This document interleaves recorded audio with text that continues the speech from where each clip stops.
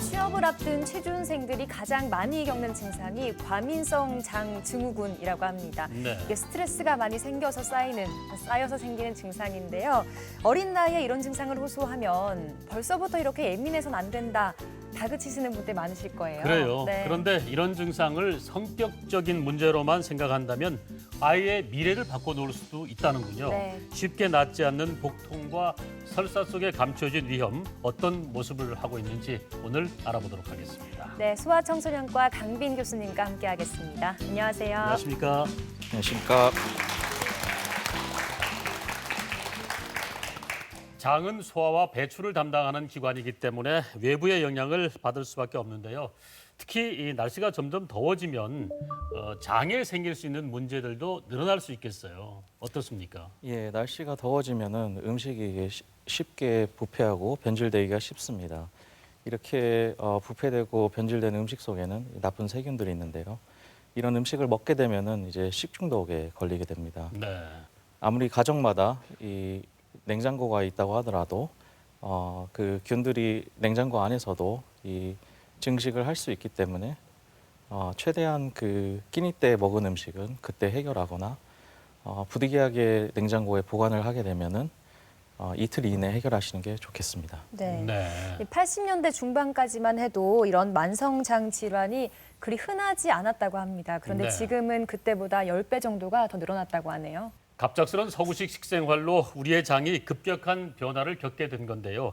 면역 체계 최전선에서 일어나고 있는 장 트러블, 여러분도 겪고 있진 않으신지요?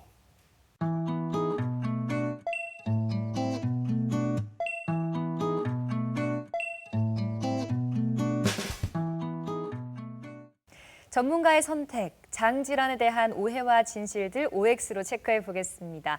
먼저 첫 번째 질문 드리겠습니다. 장염에 걸리면 아무것도 먹지 말아야 한다. 어떻습니까? X입니다. 네. 흔히 장염에 걸리면 흔히들 이제 아무것도 안 먹거나 혹은 죽만 먹는 경우들이 있는데요. 네. 이런 경우에는 영양 부족과 탈수가 올 수 있습니다. 따라서 그 장염에 걸렸을 때 충분히 먹어주는 게 굉장히 중요합니다. 충분히 먹어서 영양분도 충분히 섭취하고 수분도 충분히 섭취함으로써 이런 영양 부족과 탈수가 생기지 않게 하는 게 가장 중요하다 하겠습니다. 그래야지 장염을 잘 이겨낼 수가 있습니다. 아기들 같은 경우에는 모유 수유를 하는 아기는 모유 수유를 지속하고 분유를 먹고 있는 아기는 설사 분유가 설사 증상을 완화시키는 데 도움이 될 수 있습니다. 또한 그 좀 큰 아이들 밥을 먹고 있는 아이들 같은 경우에는 유제품이나 그 과일, 그다음에 탄산음료, 그다음에 기름진 음식 이런 음식을 피하면은 설사가 좀 좋아질 수 있습니다. 네, 음식 먹을 때는 잘 선택해서 드셔야 될 것 같습니다. 네. 자, 두 번째 질문 드립니다. 염증성 장 질환 환자는 진통제 사용에 특히 주의해야 된다. 그럴 것 같은데 어떻습니까? 네, 맞습니다. 네. 예, 진통제 중 이제 비스테로이드성 소염 진통제는 이제 염증성 장질환의 증상을 악화시킬 수가 있습니다. 따라서 그 진통제를 사용하게 될 경우 아세트아미노펜 계열, 우리가 잘 알고 있는 타이레놀을 쓰는 게 좋습니다. 하지만 부득이하게 비스테로이드성 소염 진통제를 꼭 써야 되는 경우들이 있는데요. 예, 이런 경우에는 선택적 콕스2 억제제인 셀레콕십을 최대 2주간 복용할 수 있습니다. 네. 네, 아프다고 그렇군요. 그냥 진통제를 사용하는 게 아니라 꼭 주의가 필요할 것 같습니다. 네네. 마지막 질문 드릴게요. 염증성 장 질환의 치료에 유산균이 도움이 된다. 이건 어떻습니까? O입니다. 예. 네, 도움이 되겠네요. 네. 궤양성 대장염의 치료에는 특정 유산균 제품들이 치료에 도움이 되는 것으로 잘 알려져 있습니다. 크론병의 경우는 아직까지 특정 유산균 제품들이 어떤 이익을 준다는 증거는 없습니다. 네. 하지만 염증성 장질환의 발병에 어떤 장내 미생물 불균형이 관여하기 때문에 앞으로 관련 연구들이 활발히 진행될 것으로 사료됩니다. 네. 장 질환에 대해서 OX로 체크해봤습니다. 설사나 복통은 누구나 겪어본 일인데요. 혼이 쏙 빠지는 것 같이 힘들지 않습니까? 그렇죠. 이게 본인도 본인이지만 옆 사람이 더 애간장을 태우게 되는데요. 이렇게 힘든 장 질환이 이게 만성적으로도 찾아올 수 있다고요? 네, 염증성 장질환은 면역 반응의 이상으로 소화기관에 발생하는 만성 염증 질환입니다. 염증성 장질환의 주요 질환에는 크론병과 궤양성 대장염이 있습니다. 네, 장점막에 궤양을 유발하는 질환입니다. 설사, 복통, 혈변, 체중 감소 등의 증상이 있을 수 있습니다. 이런 증상이 호전과 악화를 반복하는 게 특징입니다. 네. 우리 몸의 소화기관은 입에서부터 식도, 위, 소장, 대장 이렇게 구성되어 있습니다. 소장은 주로 음식물의 소화와 영양분 흡수를 담당하고요. 대장은 주로 수분 흡수의 기능을 담당합니다. 다음은 정상 대장의 내시경 소견입니다. 보시면 표면이 매끈하고 좀 투명하면서 이런 혈관들도 잘 관찰이 됩니다. 네.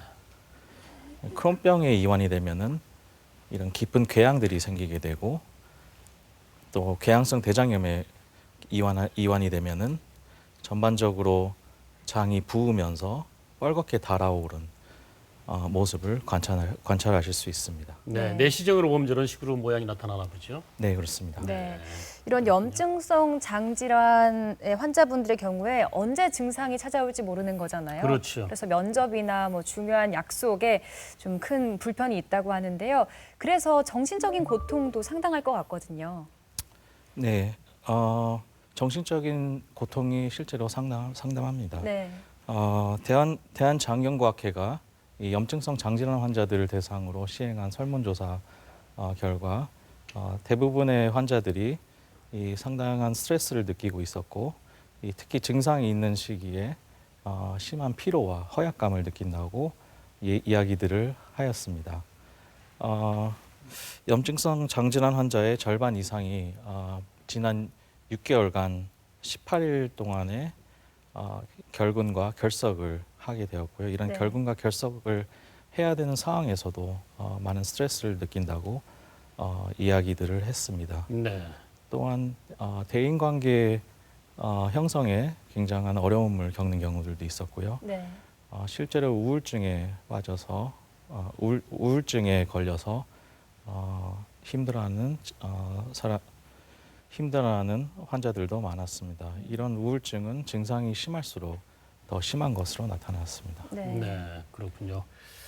같은 염증성 장 질환이지만은 가수 윤종신 씨가 겪은 질환은 크론병, 네. 그리고 개그맨 장동민 씨가 겪은 질환은 궤양성 대장염 이렇게 얘기를 하더라고요. 두 질환을 정확히 어떻게 구별을 할 수가 있습니까?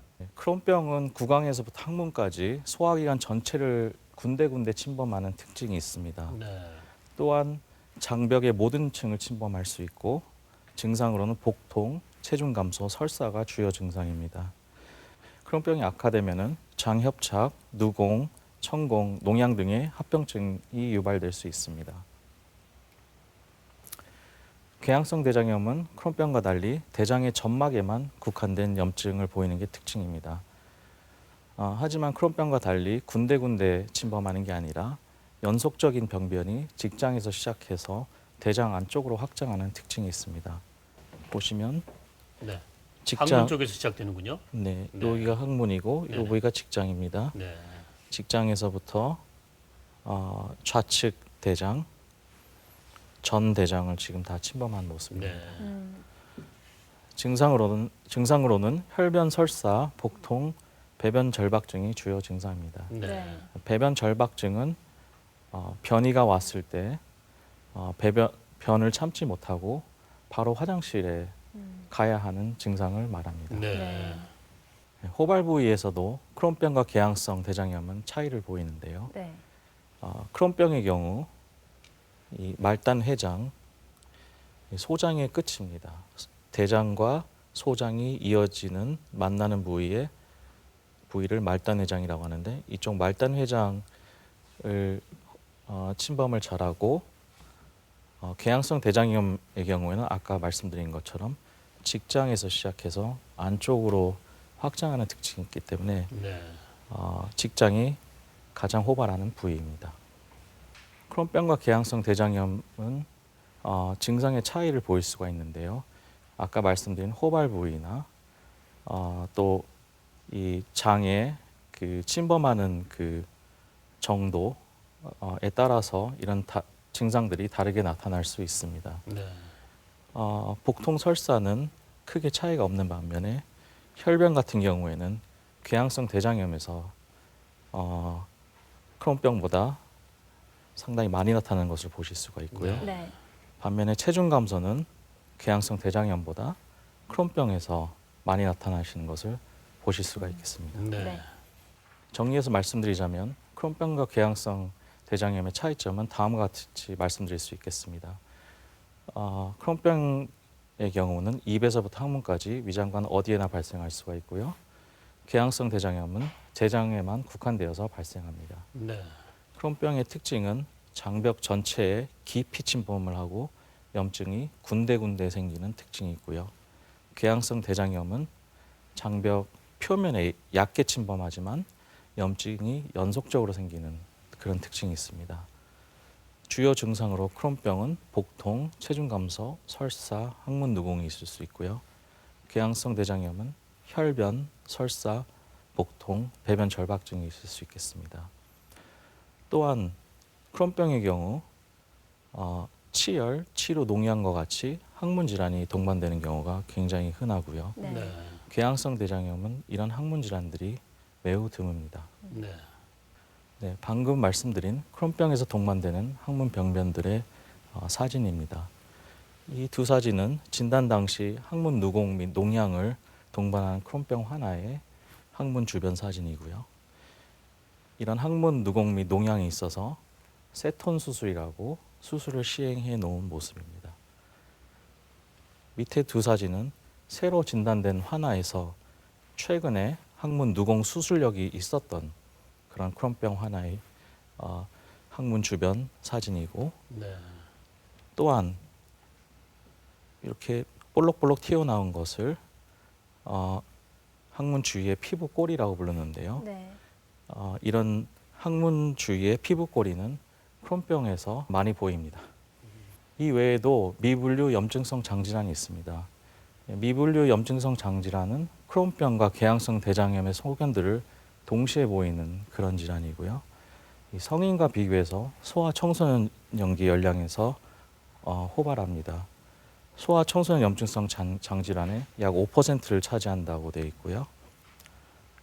따라서 전체 소화기관에 대한 내시경 및 영상의학적 검사가 필요하다고 보실 수 있겠습니다. 네. 그렇군요. 여러 가지 증상들을 말씀해 주셨는데 네네. 그중에서 혈변도 말씀해 주셨잖아요. 근데 사실 대변을 봤을 때 혈변이 보인다면 굉장히 놀랄 것 같은데 깜짝 놀라죠. 네, 누구나 한 네. 번쯤은 이런 혈변을 본다고 합니다. 한 번 혈변을 봤다고 바로 병원을 가야 하는지 이것도 궁금하거든요. 네. 네. 소아 청소년기 연령의 환자들은 한 번 혈변을 봤을 때 병원에 내원하는 게 좋습니다.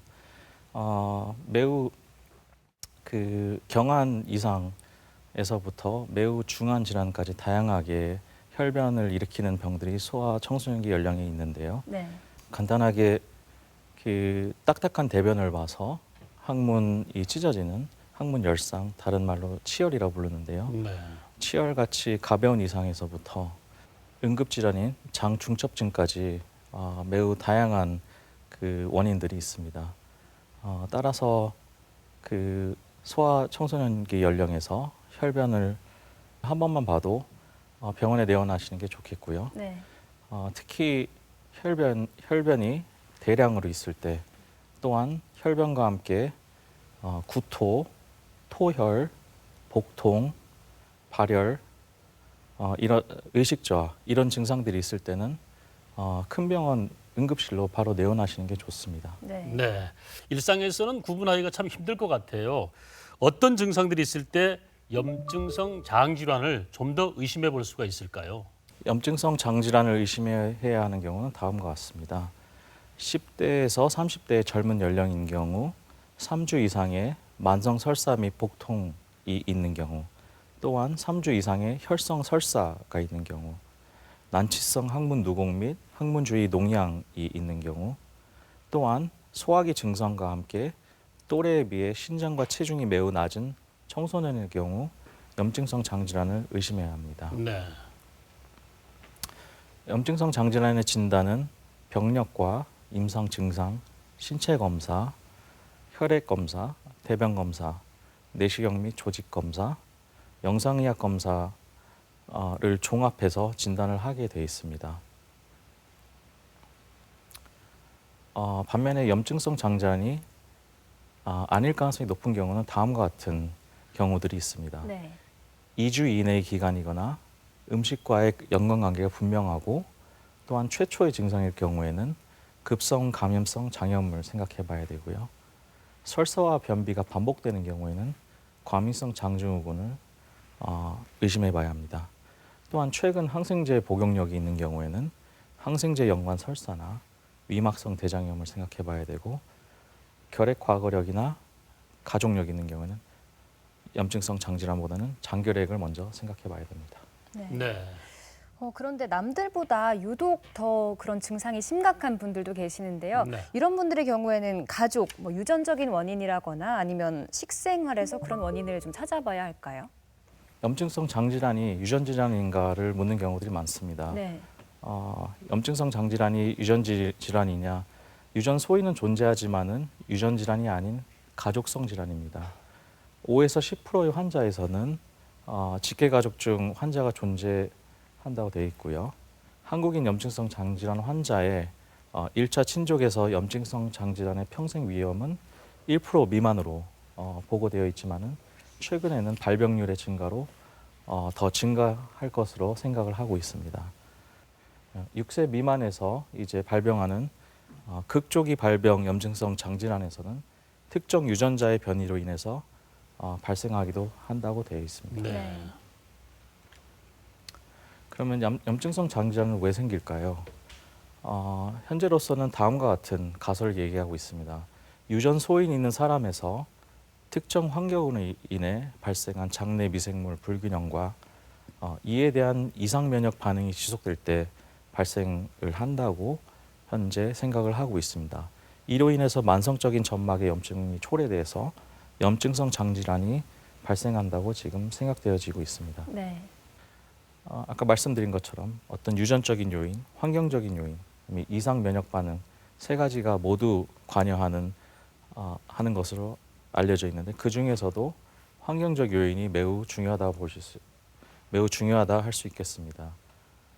우리나라의 염증성 장질환은 과거에 없었던 병입니다. 최근 들어서 굉장히 급격하게 증가하는 질환인데요. 네. 우리나라 사람들의 유전적 요인이 변했을 가능성은 매우 낮고 따라서 환경적인 요인이 어떤 영향을 미쳤을 가능성이 매우 높습니다. 이런 환경적인 요인으로 인해서 장내 미생물 불균형이 생겼고 그런 환경적 요인으로서는 서구화된 식습관, 위상 상태의 개선, 또 모유수유 감소, 항생제 사용 증가가 있을 수 있겠습니다. 서구화된 식습관으로서는 정제당류, 지방산, 인공 감미료나 패스트푸드가 영향을 미쳤을 것으로 생각되어지고요. 네. 또한 육류의 섭취 증가, 섬유질, 과일, 채소의 섭취 감소가 영향을 미쳤을 것으로 생각되어지고 있습니다. 네, 국내 염증성 장질환은 최근에 급격하게 증가를 하고 있는데요. 불과 2011년도에 4만 명도 안 됐던 환자들이 2015년도에 5만 5천 명까지 증가를 하였고 현재 2019년에는 7만 명 이상 이완됐을 것으로 생각되어지고 있습니다. 네. 네, 염증성 장질환에 대해서 자세히 알아보고 있습니다. 그런데 6세 미만의 환자라고 말씀하셨는데 어느 정도로 어린 환자들이 있다는 얘기인지요? 네, 6세 미만에 발병하는 염증성 장질환을 극조기 발병 염증성 장질환이라고 부릅니다. 네. 용어가 좀 어려운데요. 네. 극조기 발병 염증성 장질환은 소아 청소년기에 발병하는 염증성 장질환의 약 3% 정도 차지한다고 보고되어져 있습니다. 네. 6세 미만 중에서도 1개월 미만에 발생하는 경우도 있는데요. 이런 경우를 신생아 발병 염증성 장질환이라고 얘기를 합니다. 이런 극조기 발병 염증성 장질환이나 신생아 발병 염증성 장질환의 경우 특정 유전자의 변이가 있는 경우들이 흔히 발견이 되는데요. 특별히 면역에 관여하는 유전자의 변이가 있는 경우가 많습니다. 이런 극조기 발병 염증성 장질환의 경우에는 일반적인 치료에 반응을 잘 안 하고 난치성인 경우가 굉장히 많습니다.